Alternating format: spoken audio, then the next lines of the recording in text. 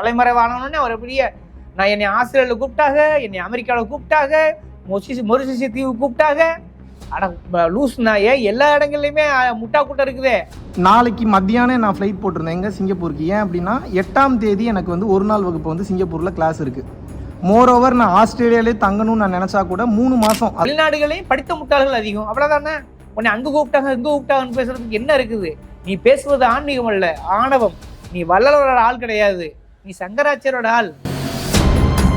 ஒரு மந்திரத்தை படித்தால் தீமலை ஒளியும், இன்னொரு மந்திரத்தை படித்தால் வானமலை ஒளியும். அத்தனை மந்திரங்களையும் பிரிட்டிஷ்காரர் வந்து அழித்து விட்டார்கள். ஆமாம், அதுக்கு முன்னாடி வந்து தீமலையும் பனிமலையும் வான்மலையும் பொழிந்து அப்படியே நாலா பக்கம் ஒரு மந்திரத்தை படிச்சீங்கன்னா இங்கிருந்து அங்கே பறந்து போவான். அத்தனையையும் ஓலை பனை ஓலையில் எழுதி வைத்து விட்டு சென்றார்கள் ரகசியங்களை.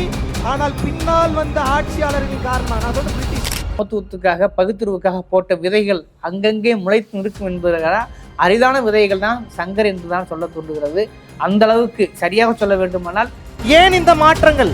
போன ஜென்மத்துல நீங்க என்ன செஞ்சீங்களோ அதை பொறுத்து உங்களுக்கு இந்த பிறவி கொடுக்கப்பட்டிருக்கிறது. இந்த பிறவியிலும் பார்த்தீங்கன்னா பிறப்புக்கும் எல்லா உயிருக்கும் சொல்றாரு இல்லையா, அதை மனதார வரவேற்கிறோம். அதே போல பிறப்பை நானே படைத்தேன், 4 வருடத்துக்கு நானே படைத்தேன், நான் நினைத்தால் கூட அதை அழிக்க முடியாதுன்னு சொல்ற பகவத்கீதையை தூக்கி போட்டு மிதிக்கிறோம்.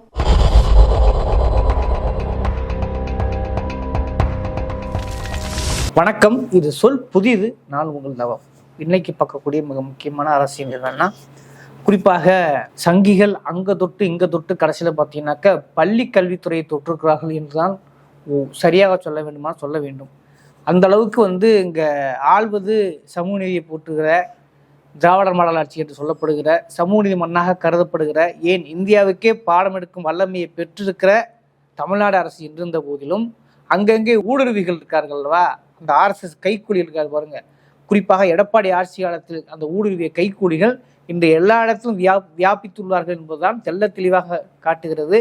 சென்னை அசோக் நகரில் நடந்த அந்த சொற்பொழிவு என்று சொல்லிக்கொண்டு ஒரு அரசின் கைக்கூலியாக வளம் வந்திருக்கிற, தனது ஆணவத்தை கக்கி இருக்கிற, தனது கிரிமினல் தனத்தை உபயோகித்து மூளை செலவை செய்ய முற்பட்ட அந்த முட்டாளுக்கு நாம் பால் எடுக்க வேண்டிய கட்டாயம் இருக்கிறது. யார் இந்த மகாவிஷ்ணு? மகா கேவலமான ஜந்து யார்? மகா கேவலமான இந்த அறுவருக்கு தகுந்த ஒரு மனநோயாளி யார்? கிரிமினல் யார் என்றுதான் இன்று நாம் பாடம் எடுக்க காத்திருக்கிறோம். காரணம் என்னவென்றால், இதை சாதாரணமாக கடந்து போக முடியாது. அவன் போகிற போக்கில் பல விஷயங்களை சொல்லியிருக்கிறார். என்னது? குறிப்பாக இந்த நேரத்தில் நம்ம ஒரு விஷயத்தை மகிழ்ச்சியாக ஒருவரை பாராட்ட கடமைப்பட்டிருக்கிறோம். குறிப்பாக பகுத்தறிவு விஷயத்தில் முனைவர் பட்டம் பெற்ற ஆசிரியர் சங்கரை இப்பொழுது மனமாற பாராட்டுகிறோம். அதுதான் சரியாக சொல்ல வேண்டுமானால், சமத்துவத்துக்காக பகுத்தறிவுக்காக போட்ட விதைகள் அங்கங்கே முளைத்து நிற்கும் என்பதற்காக அரிதான விதைகள் தான் சங்கர் என்றுதான் சொல்ல தோன்றுகிறது. அந்த அளவுக்கு சரியாக சொல்ல வேண்டுமானால், ஒரு மாற்றுத்திறனாளியாக இருந்து கொண்டு தொலைநோக்கு பார்வையில் PhD பட்டம் பெற்றவர் தான் அந்த மாற்றுத்திறனாளி. ஆனால் அத்தனை பேரும் அங்கு கூடாக இருந்திருக்கிறார்கள். ஒருவனுக்கு மட்டும் தொலைதூரத்தில் முற்போக்கு சிந்தனையில் முந்தி நின்று தொலைதூரத்தில் என்ன நடக்கப் போகிறது என்று இப்பொழுதே இந்த பிஞ்சு நெஞ்சில் விஷத்தை அல்லவா கலக்குகிறான் என்று சுதாரித்து கொண்டு மகாவிஷ்ணுவை போட்டு வெளுத்து எடுத்திருக்கிறார் என்றுதான் சொல்ல வேண்டும். அந்த அளவுக்கு அது இன்னமும் பெரியார் மண் தான், இது ஒரு பகுத்தறிவு மண் தான், அதை தாண்டி ஒரு இஞ்சு கூட எந்த நாயும் உள்ள விடமாட்டோம் என்று அறைகூறு விட்டிருக்கிறார் அந்த சங்கர் என்கிற ஆசிரியர். உண்மையிலேயே அவருக்கு ஒரு பெரிய சல்யூட் பட வேண்டும். அந்த அளவுக்கு தடம் பதித்திருக்கிறார், உண்மையோடு நின்றிருக்கிறார். சரியா சொல்லப்போனால் ஒரு உணர்வு பிளம்பாக அறிவின் திரட்சியாக நின்று கேள்வி கேட்டிருக்கிறார். அதாவது ஆன்மீகம் என்றால் என்ன? ஆன்மீகம் குறித்து நமக்கும் பல்வேறு கருத்துக்கள் இருக்கிறது. சாமி கும்பிடுறது, கோயிலுக்கு போகிறது, மாலையை போடுறது, சனி பகவானை வேண்டிக்கிறது, பிரார்த்தனை முன்வைக்கிறது, நேர்த்திக்கடன் செய்கிறது, இதெல்லாம் சம்பிரதாய ஆன்மீகங்கள். அது ஆன்மீகம் என்று கூட சொல்ல முடியாது. அந்தந்த கடவுள் சார்ந்த நம்பிக்கை உட்பட்டது. இந்த நம்பிக்கையில் உரம் தயவுசெய்து எந்த மதமாக இருந்தாலும் சரி, அவரவர் வீட்டுக்குள் இருக்க வரை பிரச்சனை இல்லை. ஆனால் பொதுத்தளத்தில், கல்வி புலத்தில், அறிவுத்தளத்தில் தேவையில்லாத பேச்சுக்களை நஞ்சை விதைக்கும் விதமாக எந்த மத கருத்துக்களையும் திணிக்கக்கூடாது என்பதுதான் நமது முதன்மையான கருத்து. அப்படி பார்த்தோம்னாக்க இது எந்த மதத்தையுமே சமரசம் இல்லாமல் இருக்கிறோம், எந்த ஒரு மாற்று கருத்துமே இல்லாமல். அப்படி இருக்கும் பொழுது இவன் என்ன சொல்றேன் போற போக்குல, ஏன் இந்த மாற்றங்கள்? போன ஜென்மத்துல நீங்க என்ன செஞ்சீங்களோ அதை பொறுத்து உங்களுக்கு இந்த பிறவி கொடுக்கப்பட்டிருக்கிறது. இந்த பிறவியிலும் எவ்வளவு ஒரு உச்சபட்ச அயோக்கியத்தனமான முட்டாள்தனமான இளம் மாணவர்களை காயடிக்கிற விஷயம். இதை நாம் ஒருபோதும் அனுமதிக்க முடியுமா? ஒருபோதும் அனுமதிக்க முடியாது. அஸ்வத்தாமன்ற பிஜேபி நபர் சார்ந்தவர் வேற பயங்கரமா இவனுக்கு லாலி பாடி இருக்கிறார். அவர் சொல்றது என்ன? திருவள்ளுவர் ஏன்னா நீ திருவள்ளுவர் சொல்றீங்க? திருவள்ளுவர் சொல்லாதா? திருவள்ளுவர் வந்து முன்ஜென்மம் பின்ஜென்மை பற்றி பேசியிருக்காரு, ஊழ்வினை பற்றி பேசியிருக்காரு. யார் இல்லைன்னு சொல்றது? அதை யாருங்க தூக்கி கொண்டாது அந்த மாதிரியான கருத்துக்களை? அவரு அன்னைக்குள்ள காலகட்டத்துக்கு என்ன இயலுமோ நல்வழிப்படுத்துவதற்கு என்ன சொல்லுமோ அவ்வளவுதான் பேசியிருக்காரு. அதை தாண்டி வள்ளுவர்கிட்டையும் பேசுவதற்கோ படிப்பதற்கோ கற்பதற்கோ பெருசா ஒன்றும் இல்லை. வள்ளுவரிடம் தேவையானவற்றை எடுக்கிறோம், தேவையில்லாதவற்றை புறக்கணிக்கிறோம். அதான் பகுத்தறிவு மண்ணு, அதான் சமூக நீதி மண்ணு. அதே இன்னைக்கு உள்ள 21ஆம் நூற்றாண்டு சிந்தனையின் உச்சம். எல்லாவற்றையும் வள்ளுவர் சொல்வது அத்தனை ஏற்றுக்கொள்ள வேண்டிய அவசியம் இல்லையே. பார்த்தீங்கன்னா பிறப்புக்கும் எல்லா உயிருக்கும் சொல்றாரு இல்லையா? அதை மனதார வரவேற்கிறோம். அதே போல பிறப்பை நானே படைத்தேன், 4 வருடத்தை நானே படைத்தேன், நான் நினைத்தால் கூட அதை அழிக்க முடியாதுன்னு சொல்ற பகவத்கீதையை தூக்கி போட்டு மிதிக்கிறோம். இதுலதான் வள்ளுவரை நாங்கள் தாங்கி பிடிக்கிறோம், தூக்கி பிடிக்கிறோம். அதற்காகத்தான் குமரிமனையில் 133 அடி சிலையை எழுப்பியிருக்கிறோம். உனக்கு என்ன மாட்டு கருத்து? இன்னும் உங்களுக்கு என்னடா திடீர்னு திருக்குறள் அக்கறை உனக்கு புரியல. இந்த பிஜேபி கட்சிக்காரன் போற பேசுறாங்க. அப்ப திருவள்ளுவர் வந்து முன்ஜென்மத்தை பத்தி பேசலையா? அப்ப அந்த குரலவே நீங்க தூக்கிடுவீங்களா? என்னப்பா உங்களுக்கு திருவள்ளுவர் அக்கறை? திருவள்ளுவர் நூலை மொழிபெயர்த்தீர்களா? திருவள்ளுவரை அச்சில் கொண்டு வந்தது சங்கிகளா? கொண்டு வந்தது யார்? நீ உங்க பாண்டிய ஒரு வெள்ளைக்காரன் தானடா, எல்லிஸுங்கிற ஒரு வெள்ளைக்காரன் தானே அதை அச்சிலே ஏற்றினா. இல்லைன்னா அது வள்ளுவர் இருக்கிற இடமே தெரியாது.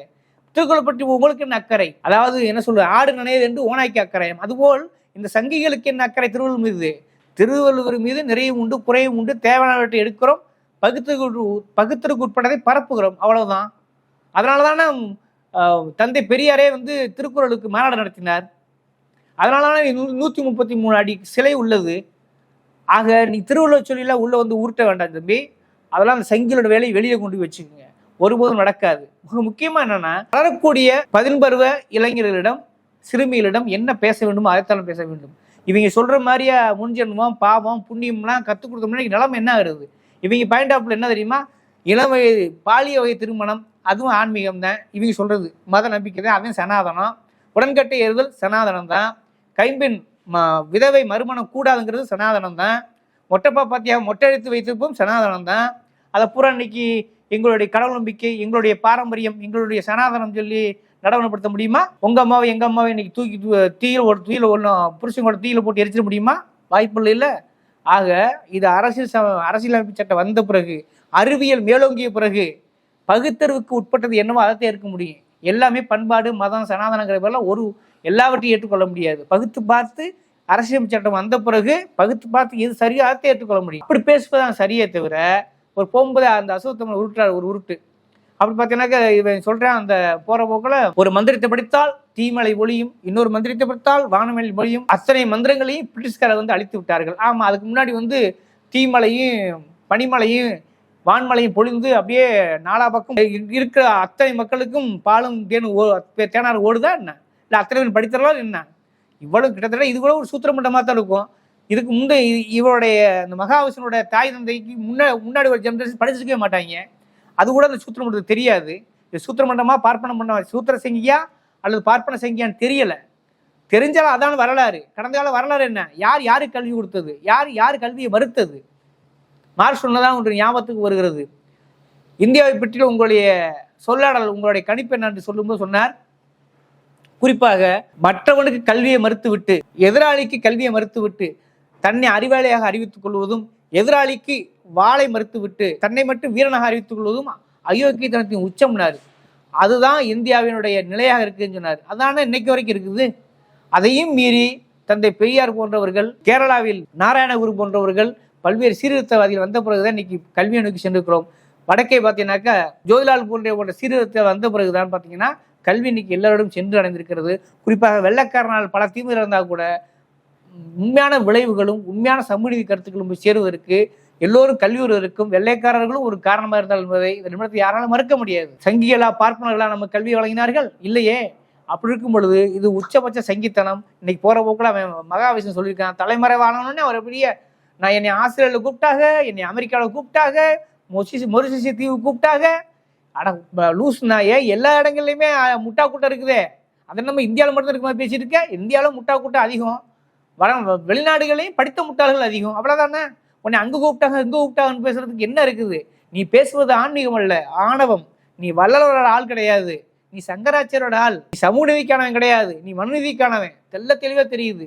உன் ஆணவத்தோட உச்சத்துல இருக்கு, நீ ஆடுற. அதுவும் போறப்போ சொல்றிய காமத்தில் வந்து கடவுளை அடையலாம். நல்லா இருக்கா உங்க லாஜிக்கு. எங்க போனாலும் சுத்தி முத்தி அங்க வந்துடுறீங்கல்ல.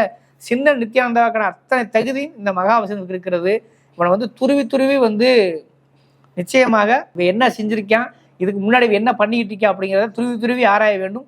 குறிப்பாக பள்ளி கல்வித்துறையில் இப்படியான புல்லுருவிகள் எல்லாம் எப்படி ஊடுருகிறார்கள், இந்த RSSகாரர்கள் எப்படி அனுமதிக்கப்படுகிற புள்ளிவர்கள் எடுக்க வேண்டும். பல பேரை களை எடுக்க வேண்டிய கட்டாயம் இருக்கு. அல்லது இது களை எடுக்காமல் போனால் குறிப்பாக சமூக நீதி அரசுக்கு, திராவிடர் மாடல் ஆட்சிக்கு பெரிய இழுக்காக மாறிவிடும்.